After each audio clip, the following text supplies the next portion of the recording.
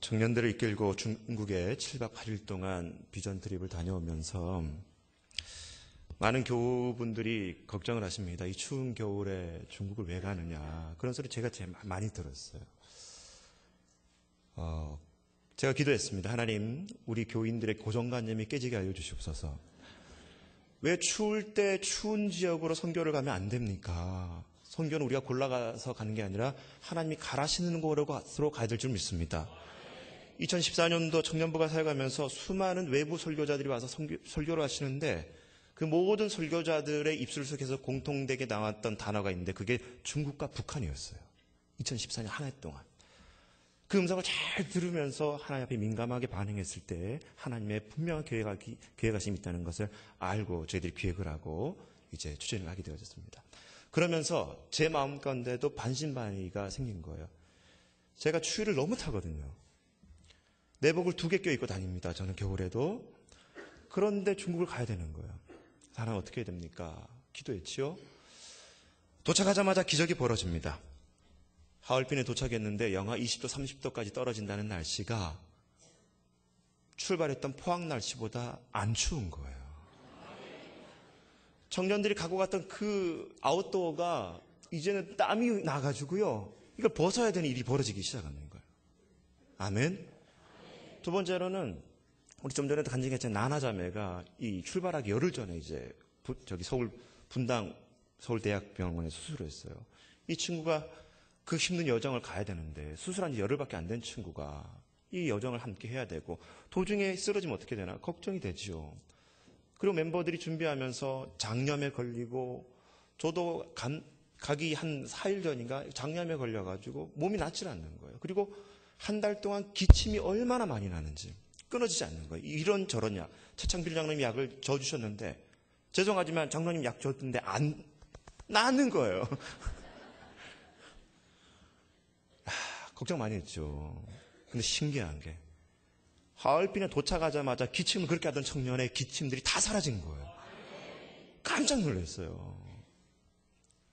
그리고 더 놀라운 것은 뭐냐면 저희들이 이제 백두산 천지에 올라가게 됐는데 백두산 365일 중에 백두산의 천지를 볼 수 있는 날이 한 거의 30일밖에 되지 않는다고 합니다. 맑은 날씨가.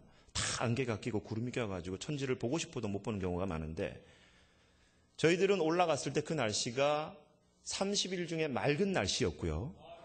그 30일 맑은 날씨 가운데서도 가이드 말로는 1년 중에 보기 드문 맑은 날씨였다는 거예요. 좀 전에 영상 봤지만 구름 한 점 없는 날씨가 천지에서 벌어지는 거예요. 그리고 더 놀라운 기적이 하나 있는데 제가 이번에 그 하얼빈에 있는 만방국제학교를 저희들이 이제 청년들이 방문하면서 하나님이 왜 우리를 이곳으로 보내게 하셨을까 참 기도 많이 했거든요. 생각을 많이 했는데 깜짝 놀라운 사실이 뭐냐면 저희 한국교회학교 여러분 잘 아시다시피 사춘기 젖은 중학교 고등학교 학생들 얼마나 말 안 듣습니까? 예배 지각하기 일쑤고 예배 중간에 핸드폰 꺼내가지고 딴짓하고 있고 뭘 시켜도 안 듣는 세대가 우리 교회학교 중고등부 아이들인데 만방국제학교를 갔더니요 1000명의 학생 중에 한 400명 정도가 한국에서 유학 온 중고등부 학생들이에요. 400명 정도가. 주일날 9시 반에 예배를 드리는데 이 친구들이 예배를 드리려고 8시 반부터 줄 서 있는 거예요. 그리고 토요일날 오후가 되면 그 예배를 준비하기 위해서 자기들이 기도하고 예배 순서를 자기들이 직접 다 기획을 하고 준비를 하고 인도를 하고 간증을 하고 찬양팀을 꾸리고 일들이 벌어지면서 저희들이 깜짝 놀랐어요. 그리고 예배 시간이 무려 중고등부 아이들인데 예배 시간이 2시간 10분입니다. 어느 누가 하나 지루해하지도 않고요. 2분 간격으로 웃음소리가 터지고 아멘 소리가 터지고 그 더 놀라운 것은 400명이 일제히 서가지고 저희들 16명을 축복해 아까 우리 배도현 선생님이 불렀던 그 축복의 노래를 부르는데 살다가 축복송 받으면서 전율을 느낀 건 그날이 처음이에요. 제가 그 만방국제학교를 통해서 저희 한국교회 교회학교의 회복의 비결을 찾았습니다. 청년 세대의 회복의 비결을 찾았습니다. 하나님 보내신 이유가 거기 있더라고요. 불가능한 것이 아니라 하나님의 말씀 안에서 가능할 줄 믿습니다. 이렇게 모든 영광 우리에게 허락하신 하나님께 감사의 박수 다시 한번 올리도록 하겠습니다.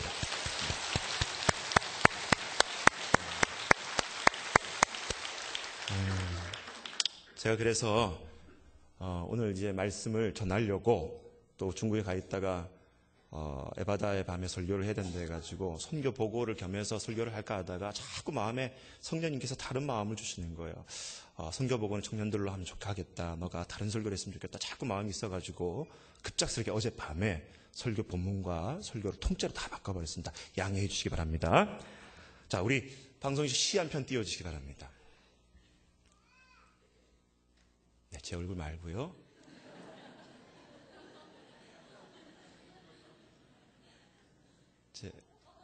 안 나오나요?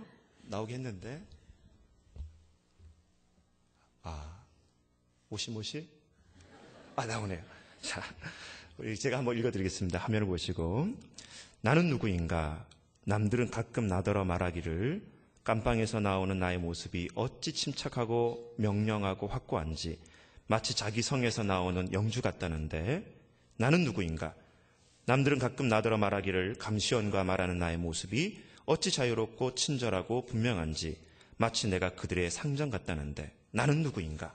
남들은 또 나에게 말하기를 불행한 하루를 지내는 나의 모습이 어찌 평온하게 웃으며 당당한지 마치 승리만을 아는 투사 같다는데 진실로 나는 도대체 누구인가? 남들이 말하고 있는 내가 진실로 나인가? 나 스스로 알고 있는 내가 참 나인가? 세상에 갇혀있는 새처럼 불안하고 사람 그리워하고 나약해진 나, 목이 졸린 사람처럼 살고 싶어 몸부림치는 나, 아름다운 꽃과 새소리에 줄이고 좋은 말 따뜻한 말동무에 목말라하고 석방의 날을 안타깝게 기다리다 지친 나, 이제는 기도에도 생각과 일에도 지쳐 공허하게 되고 힘이 빠진 나, 이것이 진실로 나의 참모습이 아닌가? 나는 도대체 누구인가? 이 둘 중 어느 것이 참 나인가? 오늘은 이 사람이고 내일은 저 사람인가? 이 둘이 동시에 나인가? 남 앞에서 허세를 부리고 자신 앞에선 한없이 불쌍하고 초라한 약하기 그지없는 것이 내가 아닌가? 이미 결정된 승리 앞에서 나를 무질서에 떠는 패전병에 비교할 것인가? 나는 도대체 누구인가? 이 적막한 물음은 나를 끝없이 희롱한다. 내가 누구이든 나를 아는 이는 오직 당신뿐. 나는 당신의 것이 외다. 오 하나님. 이 시는 독일의 위대한 신학자였던 디트리트 보네퍼라는 신학자가 2차 세계대전 당시에 감옥에서 쓴 시입니다. 보네퍼 목사님은 2차 세계대전 당시의 주범이었던 1차죠. 이 히틀러를 마치 사탄의 악령으로 비유를 하면서 미치광이 운전자라고 히틀러를 조롱하면서 히틀러를 제거하기 위해서 히틀러 암살단에 가입하게 됩니다. 그리고 21살에 신학 박사 학위를 얻었던 위대한 신학자였어요. 그랬던 이 보네퍼 목사가 감옥 안에서 그렇게 투사였던 그런 영웅적인 모습이 아니라 감방 안에서 평범하고 보통 사람처럼 나약하게 그지없는 모습으로 이 시를 쓰고 있는 것을 보게 되어집니다. 가족을 그리워하고 말하고 싶어하고 그리고 석방의 날을 자유를 기다리면서 나약하게 연약하게 그지없는 모습을 솔직담백하게 이 시에 담겨져 있는 거예요. 바깥에서는 그를 영웅이요 투사요 그렇게 알고 있었지만 자신의 솔직한 고백은 연약하게 그지없는 존재로 솔직한 시를 고백하고 있는 것입니다. 제가 하나의 병의 증상을 여러분들에게 설명해 주겠습니다. 그 병이 뭔지 한번 맞춰보십시오. 사소한 일에 신경 쓰이고 걱정거리가 많은 증상, 쉽게 피곤해지는 증상, 의욕이 떨어지고 만사가 귀찮아지는 증상, 즐거운 일이 없고 세상 일이 재미가 없는 증상, 매사에 비관스럽게 생각되고 절망스러운 증상, 내 처지가 초라하고 죄의식에 사로잡히는 증상, 잠을 설치고 수면 중 자주 깨게 되는 증상, 입맛이 바뀌고 한 달 사이에 체중이 5% 이상 변하는 증상, 답답하고 불안하여 쉽게 짜증이 나는 증상, 집중력이 떨어지고 건망증이 늘어나는 증상, 죽고 싶은 생각이 자주 드는 증상. 무슨 병일까요? 어떻게 그렇게 잘 알아요? 우울증이에요, 우울증. 근데 여러분, 보네퍼 목사님이 그 감방 안에서 나약해 그지없는 자신의 고백을 했던 것처럼 이 우울증이라는 것은 중세시대의 교부들이 그 수도원 생활을 하면서 이 우울증의 병을 영혼의 어두운 밤이라고 비유하기도 했고요. 오늘날 개신교에서는 영적 침체라고 비유하기도 합니다. 우울증, 영혼의 어두운 밤, 영적 침체, 이 병에 걸린 사람이 오늘 본문에 등장하는데 그 이름하여 엘리야라는 사람이라는 거예요. 여러분, 우리가 잘 알고 있듯이 오늘 우리가 읽었던 열왕기상 19장 앞에 18장과 17장에는 이 엘리야가 마치 보네포 목사와 같은 그런 영웅적인 모습으로 성경에 등장하게 되어집니다. 세상 많은 사람들이 그를 부러워하고 동경하면서 존경하면서 그렇게 지내왔던 이 엘리야가 한순간에 나약하게 그지없는 우울증에 걸린, 영적 침체에 걸린 그런 인물로 19장에 등장하고 있는데 왜 한순간에 이 엘리야가 그런 영적 침체, 우울증에 걸려서 번아웃 됐을까? 그 이유를 보면서 말씀을 깨닫고자 합니다. 17장과 18장을 보다 보면 엘리야에게 어떤 일이 일어나게 되느냐? 열왕기상 17장에 북이스라엘의 가장 악독한 왕이었던 아합, 그리고 이 아합이 두로와 시돈의 공주였던 이세벨과 결혼하게 되는 거예요. 그리고 이 이세벨이 결혼 지참금으로 뭘 갖고 오냐면 바알의 우상 숭배 문화를 가지고 결혼 지참금으로 갖고 들어오는 거예요. 혼자만 온 것이 아니라 그 두로와 시돈 땅에 있었던 바알의 선지자들, 신학생들을 다 데리고 와가지고 이 북이스라엘에 전파하기 시작합니다. 그 바알의 선지자들이 들어오게 되면서 여호와의 선지자들을 그냥 내버려두는 것이 아니라 다 죽여버리는 거예요. 북이스라엘이 한순간에 여호와의 신앙에서 바알의 신앙으로 돌변하게 되는 일이 바로 이때 벌어지게 되어집니다. 그때 바로 이 엘리야가 등장해서 아합에게 나아가서 뭐라고 얘기하냐면 내가 말 한마디 하지 않으면 이 땅에 비가 오지 않을 것이고 이슬도 내리지 않을 것이다 라면서 아합 왕에게 저주를 하는 거예요. 그리고 이 아합 왕의 보복이 일어날 것을 하나님께서는 아시고 이 엘리야를 요단강 근처에 있었던 그릿시냇가로 피신시키게 되어집니다. 그리고 그곳에서 까마귀가 먹여다 주는 그 음식을 가지고 생존했던 인물이 엘리야였어요. 그리고 이 엘리야가 사르밧으로, 레바논 근처에 있는 사르밧으로 올라간 다음에 그 사르밧 과부의 아들이 죽었을 때 그 아들을 살리게 되는 기적을 이루었던 인물도 엘리야였고요. 그리고 시간이 흘러서 하나님께서 명령하셔서 다시 아합 왕에게 가서 그 바알과 아세라 선지자 850명을 갈멜산으로 다 데리고 와서 그 가운데 영적 대전투를 일으켰을 때에 승리를 주셨던 분이, 승리를 얻었던 그 사람이 바로 엘리야였다는 것입니다. 바로 그랬던 이 엘리야가 19장에 대해서는 완전 돌변하게 되는 거예요. 여러분, 엘리야가 왜 그렇게 영웅적인 인물에서 한순간에 그렇게 초라하기 그지없는 인물로 돌변하게 됐을까? 이 엘리야의 탈진의 원인을 세 가지를 보고자 합니다. 첫 번째, 우리 같이 따라했으면 좋겠는데, 육체적인 쉼의 부재. 시작. 여러분, 17장과 18장을 보다 보면 그렇게 많은 하나님의 은혜를, 기적을 경험했던 이 엘리야는 그냥 달려오기 급급한 인생이었어요. 쉬는 게 없었습니다. 말씀을 가만히 묵상하다 보면 이 엘리야가 활동했던 오늘 본문의 말씀까지 거의 3년이라는 시간 동안 이 엘리야는 무려 6번이나 이사를 하게 되는 거예요. 자기 주거지를 3년 안에 6번 이사하면서 얼마나 많은 스트레스와 얼마나 많은 어려움이 있었겠습니까? 탈진해버리는 거예요. 여러분, 교회 안에서도요, 가만히 교회만 왔다 갔다 하는 사람이 지치는 게 아닙니다. 가만히 시험 들고 넘어지는 사람을 보다 보면 뭔가 열심히 대단했던 사람이 시험에 들지 그냥 있는 사람이 넘어지는 게 아니에요. 오늘 엘리야가 바로 그런 인물이었습니다. 그저 달려갈 줄만 알았다는 거예요. 여러분, 바라기는 우리 교인들도 마찬가지입니다. 일은 열심히 하시되 일에 중독이 되지 않기를 주 이름으로 축원합니다. 그래서 성경을 가만히 보다 보면 일도 중요하지만 하나님께서 명령하신 것이 쉼의 원리라는 거예요. 하나님께서도 이 천지를 창조하실 때 6일 동안 열심히 일하십니다. 그런데 하나님께서 잊지 않으신 게 바로 제7일 때 뭐 하셨다? 안식하셨다는 거예요. 예수님께서도 마찬가지입니다. 예수님의 제자들을 여러분 제자 훈련시키면서 파송을 시켰어요. 그리고 병 고치는 권세를 주시고 귀신을 쫓아내는 능력을 주셨어요. 그리고 제자들이 일제히 다 돌아와서 그 선생 예수에게 보고를 하게 되는데 예수님께서 그 보고를 다 들으면서 잘했다, 내 제자들아 칭찬하실 줄 알았는데 말씀을 보다 보니까 예수님께서 그렇게 하는 것이 아니라 됐다, 그만, 우리가 여기서 있을 것이 아니라 다른 데 가서 쉬자라고 하면서 제자들을 끌고 가시는 모습을 볼 수가 있습니다. 한국 사회가 고도 성장을 하게 되어지면서 유례 없는 그런 국가의 경쟁력을 갖추게 된 것 우리가 잘 알고 있지요. 그런데 여러분, 사회가 이렇게 급성장하게 되어지고 경제가 고도로 성장하게 되어지면서 한국 사회 안에 이상한 병리적인 현상이 일어나게 되는데 그게 뭐냐면 빨리빨리 현상이라는 거예요. 얼마나 빨리빨리 이 독촉을 하게 되는지 중국에 가서도 5분 음식이 늦게 나오는데 제 입에서 그냥 나오는 거예요. 빨리 갖다 달라고.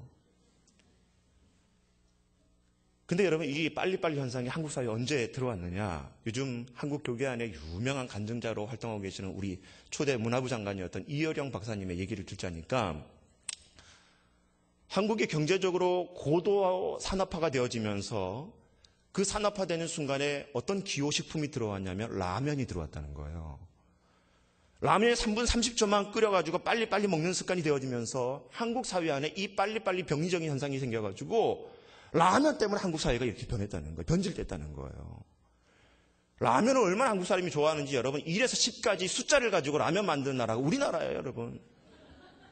1, 1번지 라면. 2, 200냥 라면. 3, 삼양라면. 4, 사발면. 5, 오징어 라면. 6, 육개장. 7, 칠보면. 8, 팔도라면. 9, 구우면. 10, 열라면. 뭘 라면이에요? 야, 라면이요. 얼마나 시장이 큰 사회인지. 일본이 제일 먼저 만든 게 라면이었는데 이 라면은 한국 사회에 더 불티나게 나가고 있다는 거예요. 한국 사람이 얼마나 급한지 아십니까? 남자들 잘 보십시오. 화장실 들어가서 볼일 보다가 볼일 보고 나오면서 자꾸 올리는 남자들이 한국 남자들이에요. 저도 그렇지만 엘리베이터 기다리다가 조금 늦게 오면 그냥 됐다고 하면서 걸어 올라가다가 자기가 기다리던 엘리베이터가 먼저 올라가는 것을 보고 황당해하는 민족이 우리 민족이고요. 한국 여자들 보십시오. 야, 기술이 대단해요. 차 안에서, 버스 안에, 택시 안에서 화장하는 민족, 우리 민족밖에 없습니다. 그만큼 급한 민족이 우리라는 거예요. 바라기는 쉼의 원리를 배우는 우리 중앙교회 성도들 되기를 주의 이름으로 축원합니다. 두 번째, 이 엘리야가 탈진하게 된 이유가 뭐냐면 따라합시다. 말씀과 기도의 부재. 시작. 열왕기상 17장 2절 그리고 8절, 18장 1절을 보다 보면 동일한 문구가 나오게 되는데 여호와께서 말씀하여 이르시되, 여호와께서 말씀하여 이르시되. 이 엘리야가 아방에 나아갔다가 그릿시냇가로 갈 때도, 이 그릿시냇가에서 사르밧으로 갈 때도, 그 사르밧에서 다시 아방에게 나아갈 때도 이 엘리야가 먼저 생각해서 판단해서 간 것이 아니라 여호와께서 말씀하여 이르시되. 이 엘리야의 발걸음 한 걸음 한 걸음에는 자기의 생각이 아니라 하나님의 말씀이 임하여 이를 때 그 발걸음이 움직인 줄 믿으시기 바랍니다. 우리의 신앙에 중요한 원칙이 있어요. 하나님께서 말씀하시면 아멘이요, 말씀하지 않으면 그대로인 줄 믿습니다. 우리가 잘 알고 있는 찬양, 이 반주가 나오고 있는데 말씀하시면, 여러분 같이 한번 불러왔으면 좋겠어요. 주님 말씀하시면.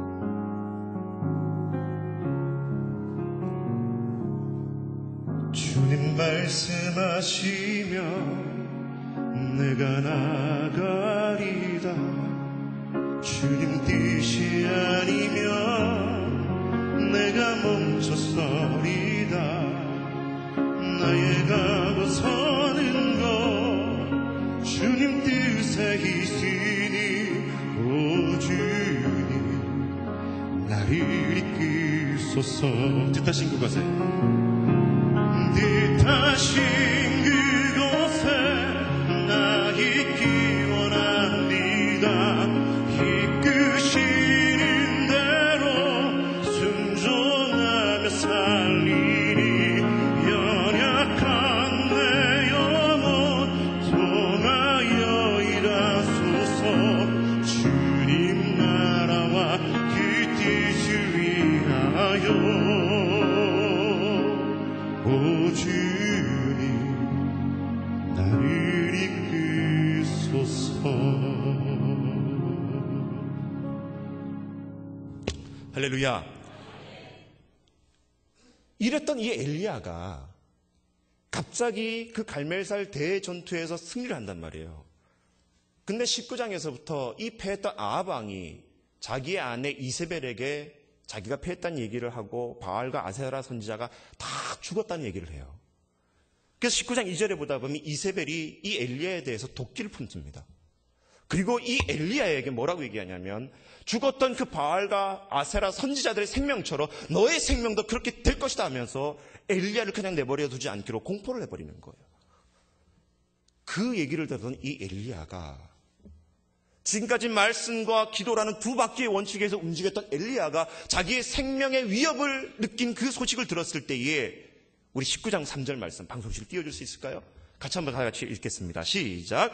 그가 이 형편을 보고 일어나 자기의 생명을 위해 도망하여 유다에 속한 부엘세바에 이르러 자기의 사환을 그곳에 머물게 하고. 여러분 이거 보십시오. 여기서 빠져있는 문구가 여러분 보이십니까? 여호와가 말씀하여 이르시되, 이 문구가 없는 거예요. 이전까지는 여호와께서 말씀하여 이르시되 그래서 움직였는데 지금 자기의 생명을 위험을 당한 그 처지에서는 여호와의 말씀이 아니라 자기 생명이 지켜지는 것이 먼저이기 때문에 자기 스스로 판단하고 먼저 움직이는 엘리야의 모습을 보게 되어집니다. 여러분, 주님 말씀하신 면이 이게 입술로만의 고백이 아니라 우리의 신앙 고백이 될 수 있기를 주의 이름으로 축원합니다. 작년에 히트했던 영화 중에 그래비티라는 영화가 있어요. 그래비티. 잘 많이 보신 걸로 알고 있는데, 우주과학자 여성 하나가 600km 이상 되는 땅에서 떨어져 있는 그 우주에서 미아가 되어집니다. 그리고 가까스로 막 이 고군분투하면서 자기 생명을 지키기 위해서 막 애를 쓴 그 영화 도중에 이 과학자가 내뱉는 이 고백이 있어요. 뭐라고 얘기하냐면, 나는 한 번도 기도해보지 못했다. 누군가 나에게 기도를 가르쳐주지 않았다. 이 대사가 우러나오는 거예요. 영화 도중에. 그리고 가까스로 여러분, 이 우주선이 강에 떨어져가지고 그 강물에서 육지로 튕겨져 올라왔을 때에 이 우주과학자 여성이 내뱉었던 첫 마디가 뭔지 아십니까? Thank you, Lord였다는 거예요. 여러분, 우리 안에 이 은혜가 회복될 수 있기를 주의 이름으로 축원합니다. 여러분, 하나님이 말씀하실 때에 말씀이 들리는 은혜가 있길 바라고요. 기도해야 될 우리가 기도의 샘이 터지는 은혜가 있기를 주의 이름으로 축원합니다. 말씀을 들어 말씀이 들리지 않습니까? 기도의 샘이 닫혀져 있습니까? 그리고 아무것도 보이지 않는 적막한 그런 영혼의 깊은 터널에 빠져 있습니까? 오늘 회복될 수 있기를 주의 이름으로 축원합니다. 세 번째, 이 엘리야가 그렇게 탈진했던 이유가 무엇이냐? 하나님의 임재를 보지 못했다는 거예요. 여러분, 3절 말씀 다시 한번 방송실 띄워주시기 바랍니다. 같이 읽습니다. 시작. 그가 이 형편을 보고, 자, 여기까지. 18장 끝에는 갈멜산에서 3년 동안 비가 내리지 않았을 때에 하나님의 임재 속에서 그는 비가 올 것을 확신했던 인물이 엘리야였어요. 그런데 여러분, 19장에 자기의 생명의 위험을 느꼈을 때 그는 무엇을 봤습니까? 하나님의 임재를 본 것이 아니라 그 형편과 상황과 환경을 봤다는 거예요. 18장의 엘리야의 모습과 19장의 이 엘리야의 모습은 너무나 다른 인물의 모습입니다. 18장에서 마치 모든 세계를 얻어갔던 것처럼 하나님의 임재 속에 거했던 엘리야라면 19장에서는 하나님이 보이지 않는, 하나님의 임재가 없는 그런 엘리야의 모습이었다는 거예요. 여러분, 얼마나 대조적인 모습입니까? 오늘 바라기는 이 에바다에 나온 우리 모두가 하나님의 임재를 보게 될 수 있는 은혜가 있기를 주의 이름으로 축원합니다. 자, 여기까지 잘 알고 있는 내용이에요. 그런데 여러분, 이렇게 엘리야가 끝났다면 열왕기상에 이 엘리야는 기록되지 않았을 거예요. 이 엘리야를 하나님께서 어떻게 회복시키느냐? 여러분 잘 보십시오. 이게 복음이라는 것입니다. 엘리야가 탈진했던 그 세 가지 이유, 첫 번째가 뭐였습니까? 육체적인 힘의 부재였고, 두 번째 말씀과 기도의 부재였어요. 세 번째가 뭐였어요? 하나님의 임재의 부재였어요. 이 탈진의 원인에 맞게끔 하나님께서 그 진단에 의해서 이 땅에서 이 엘리야를 치료하시는데, 첫 번째 엘리야를 치료하는 방법을 여러분 19장 5절 말씀 같이 읽겠습니다. 시작. 천사가 그를 어루만지며 그에게 이르되 일어나서 먹으라 하는지라. 아멘. 육체적 쉼의 부재에 있었던 이 엘리야를 하나님께서 첫 번째 회복시키는 방법이 뭐였습니까? 엘리야에게 로뎀나무 아래에서 뭘 주셨다? 누워 자게 하셨다. 여러분, 사람이 살아갈 때 제일 고통스러운 게 뭔지 아십니까? 자고 싶을 때 자지 못하는 거예요. 그렇게 평생 힘있게 달려왔던 이 엘리야가 지쳐있을 때 하나님께서 그를 제일 먼저 회복시켰던 방법은 그에게 잠을 주셨다. 제가 포항에 와가지고 처음에 청년사역을 청년들 만났을 때 제가 이렇게 설교를 하고 있는데 저 자리에서 이렇게 이완 집사님 앉아 계신 저 자리에서 어떤 청년 하나가 졸고 있는 거예요. 제가 20년 청년 사역하면서 이런 명설교를 듣고 졸는 청년 처음 봤거든요. 괘씸해가지고 나중에 상담하려고 불렀어요. 너 왜 좋냐 그렇게 설교할 때 했더니 목사님 아직 포항을 잘 모르는군요. 저는 어제 회사에서 밤새도록 야근 근무하고 와가지고 아침부터 교회 학교 섬기고 오후 2시에 사부 예배 이 자리에 앉아 있는데 어떻게 안 좋을 수 있겠습니까? 그 얘기를 하는 거예요. 제가 깜짝 놀랐어요. 아, 그 상황을 몰랐구나. 여호와께서 사랑하신 자에게 잠을 주신 줄 믿습니다. 제가 그 청년들의 마음을 이제 이해하게 됐어요. 저렇게 조는 것도 은혜구나. 하나님이 집에 와서 조는 것도 은혜구나.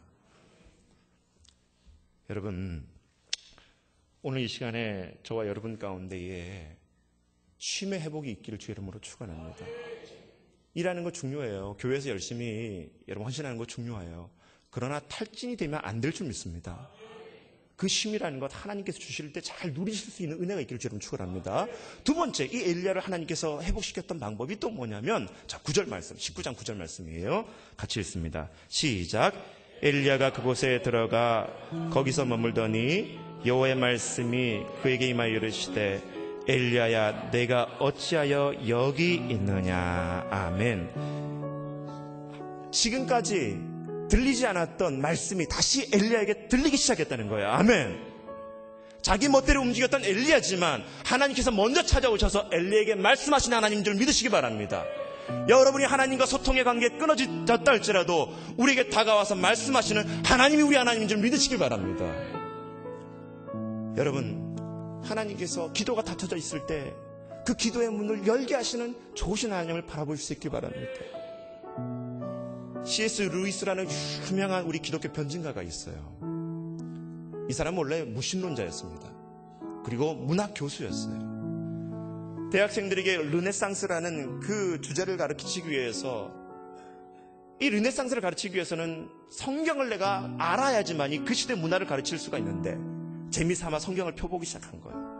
성경이 두꺼우니까 가장 만만하게 보이는 시편을 읽기 시작합니다. 근데 그 시편의 내용이 과연 뭐였느냐? 다윗의 고백이요. 저 악인들을 도말하여 주시옵소서. 저 악인들을 저주하여 주시옵소서. 악인들이 멸망하게 하여 주시옵소서. 한결같이 악인에 대한 보복에 대한 마을이 시편에 쫙 깔려 있는 거예요. C.S. 루이스가 성경을 덮습니다. 뭔 놈의 책이 이러냐고. 은혜롭고 용서가 있어야 되고 화해가 있어야 되고 사랑이 있어야 될 이 성경이 온갖 악인들에 대해서 저주를 하고 있고 보복을 하고 있는 내용이 마음에 들지 않았던 거예요. 근데 그 순간 성령님께서 그 마음을 놓고 하시면서 세상에 수많은 책은 그렇게 용서를 하고 사랑을 하고 이해를 하라고 가르치면서 가식을 떨고 있지만 성경은 그래도 가장 정직한 내용들이 들어있지 않느냐. 마음이 움직이기 시작하는 거예요. 그러면서 성경을 쭉 보면서 C.S. 루이스가 마치 성령에 의해서 감화를 얻기 시작합니다. 나중에 이 C.S. 루이스가 시편에 의한 회복이라는 책을 펴내게 되어졌을 때 그 책 중간 부분에 이런 얘기가 나와요. 성경에 나와 있는 하나님은 우리 한 사람 한 사람이 어떤 저주와 한탄을 한다 할지라도 그 한마디 한마디 모든 말을 들으실 수 있는 가슴이 큰 우리 하나님이시다. 여러분, 그래서 우리가 찬양 가운데에 너무나 많이 부르는 찬양 가운데 이런 찬양이 있어요. 하나님 사랑의 눈으로 너를 어느 때나 바라보시고, 같이 여러분, 하나님 인자한 귀로서 언제나 너에게 기울이시니 어두움에 밝은 빛이 비춰주시고 너의 자기 신음에도 응답하시니 너는 어느 곳에 있든지 주를 향하고 주만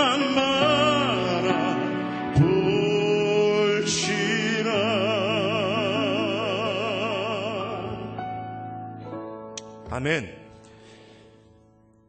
여러분, 하나님 안에 회복이 될 수 있기를 주 이름으로 축원합니다. 세 번째로는 하나님의 임재하심 속에 회복되는 걸 볼 수가 있어요. 11절과 12절 말씀 우리 펴보십시다. 같이 읽겠습니다.